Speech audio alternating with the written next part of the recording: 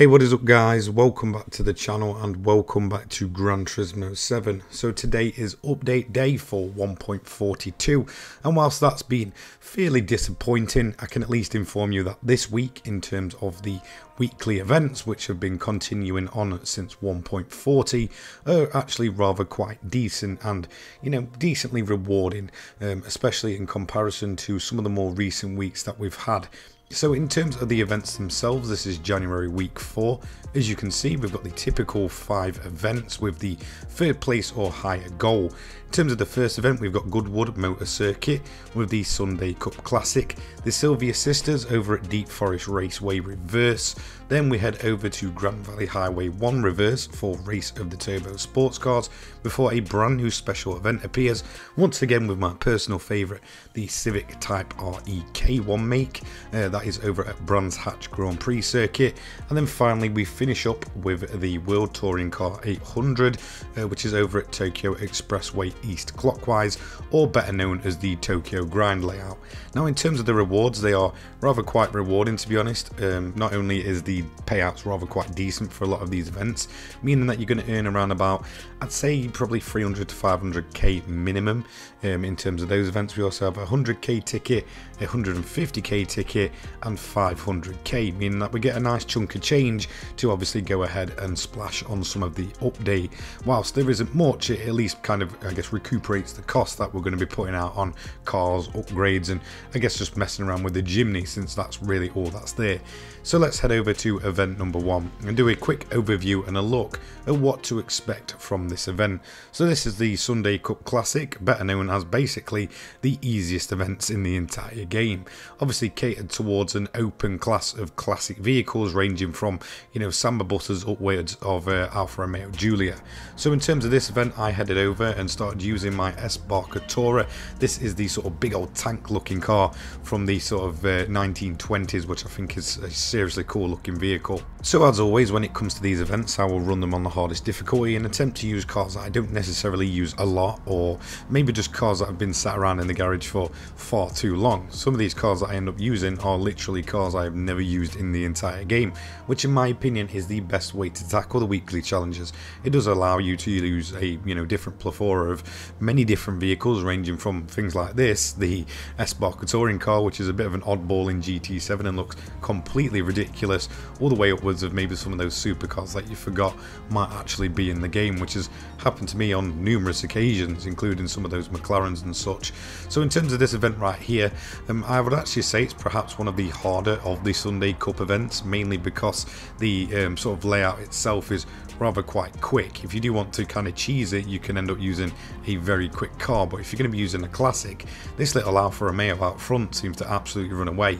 Now we're going to do, you know, get that overtake done right on the line there, meaning that it was almost sort of a, you know, neck and neck finish, which was quite enjoyable and definitely gave me a nice little challenge to begin with obviously our old little S-Barca there. In terms of the payout, it's 7,500 credits with the clean race bonus, so once again off to a fairly slow start, but for that one event completion we're going to get paid 100k on top, so not too bad at all for the, you know, I guess couple of minutes that it actually takes to do the event. So the current total is around about 107,000 credits. Onwards to event number 2, something a little bit completely different this time in terms of the Silvia Sisters. This was a post-launch menu book added, I believe, in the end of 2022 when we started getting a bunch of different Silvias put in the game, sort of update after update. I actually really enjoy this event. It's one of the more memorable ones to me personally. I just love doing Depp Forest Raceway and I absolutely love the time of day we've got here.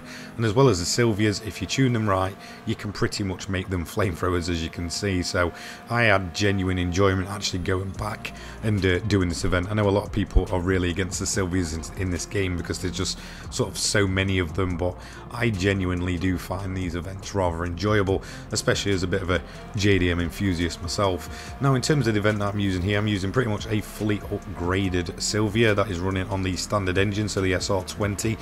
In terms of obviously the event itself, it's not going to be too difficult. You may notice that there's a bit of a, I guess, difference between some of the Silvias. You know, you'll probably notice that sort of, I guess, from fourth backwards are relatively slow overall, with the front of the grid being a lot quicker and I guess more capable in terms of the tuning for the car. Again, it's very much open, so you can go in with a max graded, upgraded Silvia, and that's exactly what I did here. I was kind of umming and ahhing on whether to use the engine swapped version or the SR20. In the end, I settled for the SR20 just because I absolutely love the flamethrower sort of aspect to this car. Yeah, seriously easy event though. I don't think anyone will have too much trouble here. You're not worrying about tyres, weather or anything like that. It's just a nice little sprint to the finish with a decent payout for a relatively short event at 67,500 credits, so taking us upwards of around about, I guess, 170k at this point, almost to event number 3. This is going to be Race of the Turbo Sportscars. Now, I will be totally honest and say this is a rather uneventful event for me. It's just not one that I like. Whilst I do enjoy, I guess, the variety on grid of the different turbocharged cars, I'd just say the event itself and I guess the track itself just isn't really that enjoyable. So I'm going to use something that I've just not used at all. As you can see, I've got like 0.8 miles on this car. This is the Subaru VGT. I would not recommend going for this car. Now, there is a PP limit of I think 700, and this car was sort of right on the limit of that. Again, I just kind of left it unchanged, but the way this thing drives, it just really wasn't that enjoyable.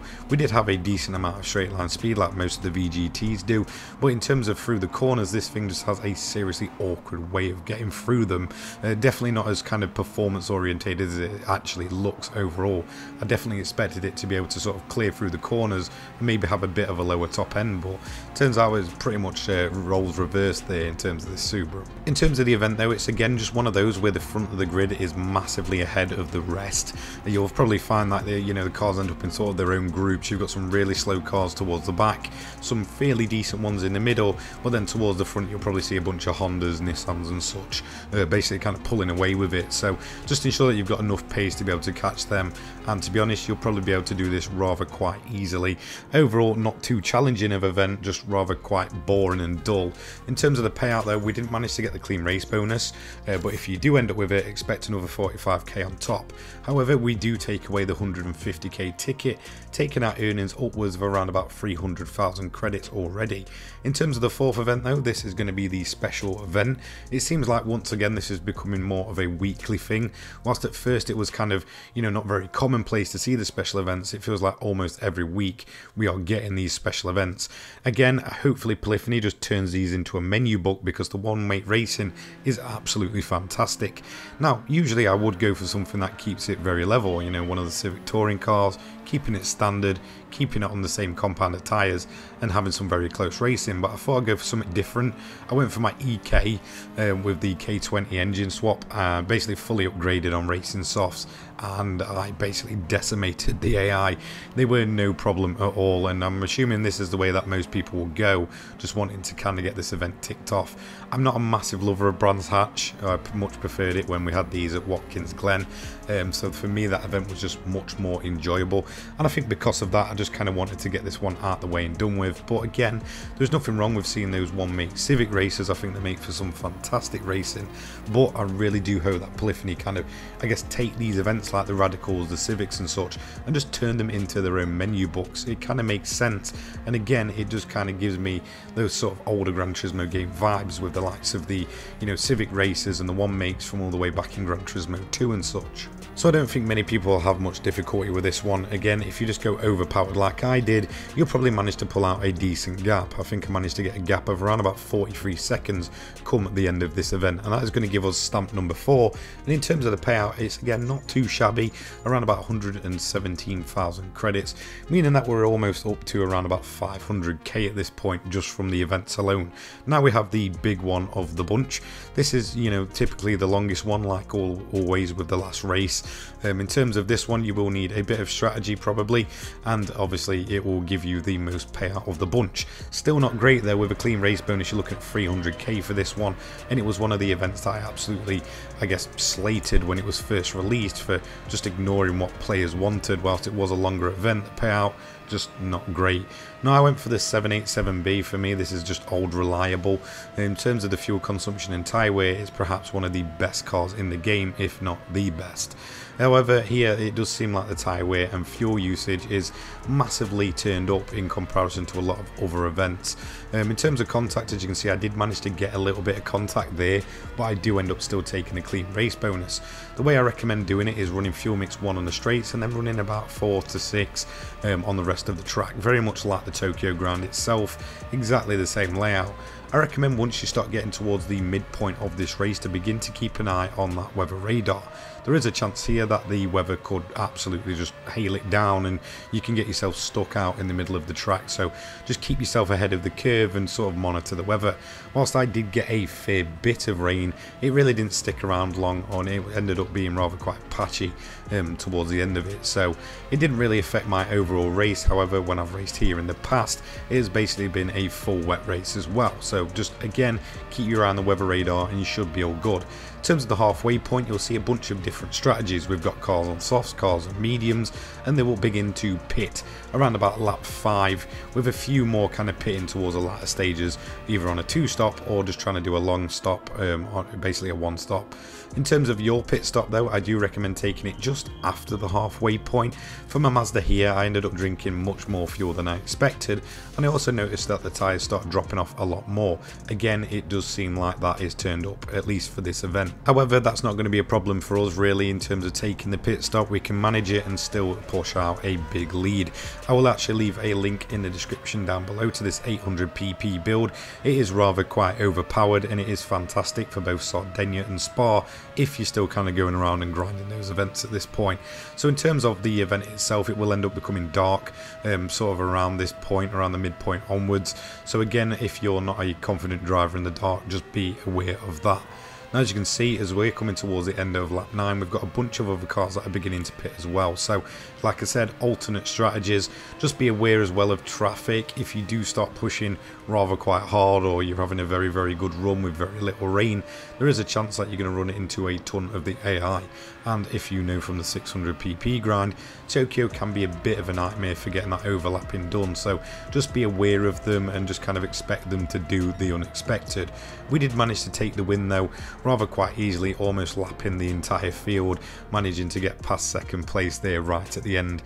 Payout for this one, 300k, meaning around about 800k just from the standard payouts with the other tickets, and on top of that a 500k ticket, meaning that if you're doing this properly and you're managing to get those clean race bonuses, you're looking at around about 1 to 1.2 million for a reasonable amount of time. To be honest, I think in terms of my total time for all these events was around about 40 minutes or so. It really isn't too much of a long week, and it seems like you're getting paid a decent amount for actually taking part. So we're going to go ahead and add the credit tickets to our overall credits. So we've got 100k, 150k for that third stamp, and then for the final stamp 500,000 credits.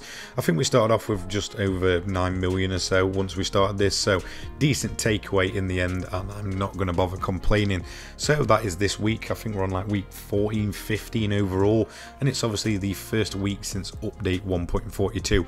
I'm assuming next week we'll start seeing some of the, I guess, newer events being put into the rotation for the weekly challenges. We'll probably see some Jimny Cup and maybe some VGT races, but for now this week it is all pre-existing events, and it's rather quite rewarding compared to some other weeks.